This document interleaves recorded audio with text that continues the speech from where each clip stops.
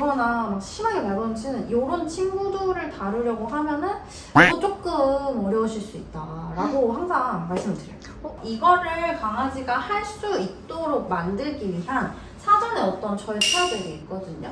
행동 분석과 보호자님과의 상담을 통한 이 문제 행동의 구체적인 목표를 설정하는 그 지점이 바로 빠졌기 때문에 이걸 먼저 하는 게 문제가 되는 거죠. 자, 그러면 제가 이 교육 미용의 절차가 어떻게 이루어져야지 바르게 가고 있는 건지.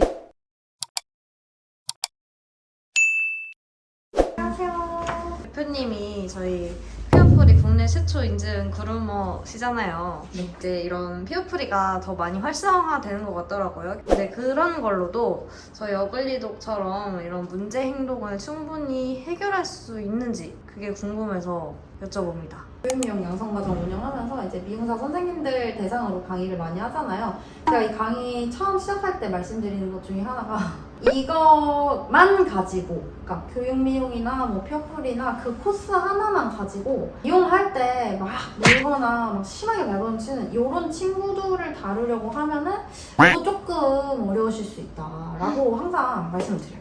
그러면 피어풀이는 왜 배우는 거예요? 피어풀이와 교육미용은 바로 목표 지점이기 때문에 그래요. 그러니까 사전에 어떤 단계들을 거쳐서 우리의 골이 아이들이 협조적으로 미용을 받을 수 있게 만들어주는 건데요. 피어풀이나 이제 교육미용에서 다루는 정도의 지식, 기술을 가지고 이 앞단계를 철저하게 구성을 하기가 어렵기 때문에 문제 행동이 복합적이고 어려운 케이스들은요, 요것만 배우시면 실패할 가능성이 높아요. 왜냐면 저도 그런데 간식을 주면서 하는데 왜 얘는 끝끝내 더 이상 나아지지 않는 걸까? 이런 고민들을 정말 무수히 많이 했잖아요. 그런 어려움을 반드시 겪게 되실 거예요. 그러면은 이걸 어떻게 해결을 해야지 저 문제 행동 수정이라는 목표 지점에 도달할 수 있을까요? 교육미용, 피어풀이는 제가 아까 말씀드린 것처럼 목표 지점이잖아요. 이거를 강아지가 할 수 있도록 만들기 위한 사전에 어떤 절차들이 있거든요. 행동 분석과 보호자님과의 상담을 통한 이 문제 행동의 구체적인 목표를 설정하는 그 지점이 바로 빠졌기 때문에 무조건 간식 주면서 빗질하고 이걸 먼저 하는 게 문제가 되는 거죠. 자, 그러면 제가 이 교육 미용의 절차가 어떻게 이루어져야지 바르게 가고 있는 건지 설명을 좀 드려볼게요. 자, 1단계 요거를 토대로 목표를 설정해요.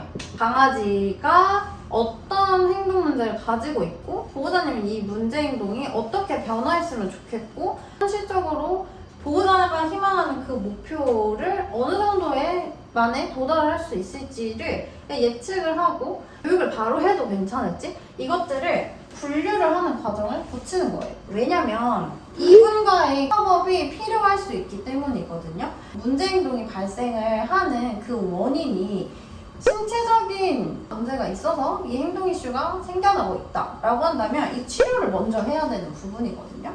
그럼 병원을 가야 되는 애를 갖다가 계속 먹이 주면서 빗질을 한다고 해서 문제가 나아질 수가 없잖아요. 많은 사람들이 긍정강화 교육은 문제 행동이 심각하면 심각할수록 어차피 효과가 없어. 혐오 자극을 어느 정도 써야 돼. 강아지 안 된다는 거 단호하게 알려줘야 돼. 이렇게 가는 이유가 이게 안 된 상태였기 때문이에요. 이게 안 되니까 자꾸만 더 행동을 멈추는 방향으로만 가게 되는 거죠. 그렇기 때문에 1단계가 정말 중요하고 이 과정을 거쳐서 이 친구는 괜찮아 라고 확인이 되면 그때 이제 교육의 단계로 넘어가게 됩니다. 이제 본격적인 교육이 시작이 되는 단계인데요. 이 행동 분석을 하면서 설문지를 통해서 다 받아봅니다.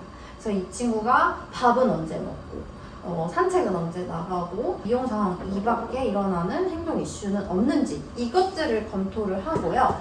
이거를 먼저 잡아 나가는 게 2단계예요. 자, 이 생활 습관 관리에서는 시기를 관리를 하는 친구들도 있고요. 가장 핵심이 되는 게 바로 이 트리거의 관리예요.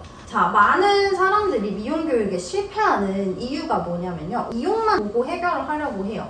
그런데 사실 면밀하게 행동 컨설팅을 해보면 미용 상황 이밖에도 물거나 발버둥 치거나 으르렁거리거나 찢거나 이렇게 과도하게 각성되는 상황들이 진짜 비일비재하게 일어나는 아이들이 많거든요. 그렇다고 한다면 이 아이들의 뇌, 편도체를 먼저 안정화를 시켜주는 게 이 미용 교육의 핵심이에요. 그렇기 때문에 생활 속에서 이렇게 빵빵 다른 행동 이슈가 터지지 않도록 이 트리거를 관리하는 게 또 굉장히 중요하고요. 이 행동들이 어떤 방식에 의해서 관리가 되는지 최대한 잘 터지지 않을 수 있도록 매주 어떤 과제 같은 것들을 내드려요. 그래서 점차 이것도 잡아 나가면서 터지지 않도록 관리를 하는 거죠. 자, 그리고 놀이. 그 한 주 동안 해주셔야 하는 놀이를 여기에서 직접 보호자님하고 해보고, 그리고 그 과제를 내어드리고 그 과제를 또 영상으로 받아보기도 합니다. 또는 트레이닝 게임 같은 걸 하기도 해요. 자, 이걸 도대체 왜 하냐? 이거를 토대로 전두엽을 많이 활성화를 시켜서 편도체에서 와 위험하다, 도망가야 돼, 막 물어야 돼 이러는 것들을 전두엽이 야야 괜찮아, 요거 괜찮은 거야 라고 브레이크 잡아주는 역할을 하는데, 이 전두엽은 쓰면 쓸수록 개발이 많이 됩니다. 근데 대부분 우리 반려견들은 전두엽 쓰는 놀이 잘 하지 않아요. 신체 활동하는 놀이에 거의 이제 몰빵이 되어 있기 때문에 이런 부분들을 다 잡아드리는 거죠. 그러고 나서야 진짜 훈련 같은 훈련을 하게 되는 거예요. 이런 교육도 하고요. 공이행동이라고 하는, 강아지가 발 깎는 거 싫어해. 그러면 앞발을 탁 올리게 한다든지, 얼굴을 깎는 거 싫어. 얼굴 올리는 거 한다든지, 이런 행동들도 조형을 많이 합니다. 그리고서 우리가 하고 싶었던, 그런데 이거는 벌써 했는데, 그러니까 거의 교육의 막바지가 되었을 때 이 타겟 행동에 대한 치료를 시작을 한단 말이죠. 우리는 이런 단계를 하나도 거치지 않고 자꾸만 간식을 주면서 아이한테 이거 괜찮은 거야를 알려주고 싶은 거예요. 여기까지 완료가 됐죠? 그럼 그때 우리가 하고 싶었던 피어프리 그루밍 하는 거예요. 내가 뿌리는.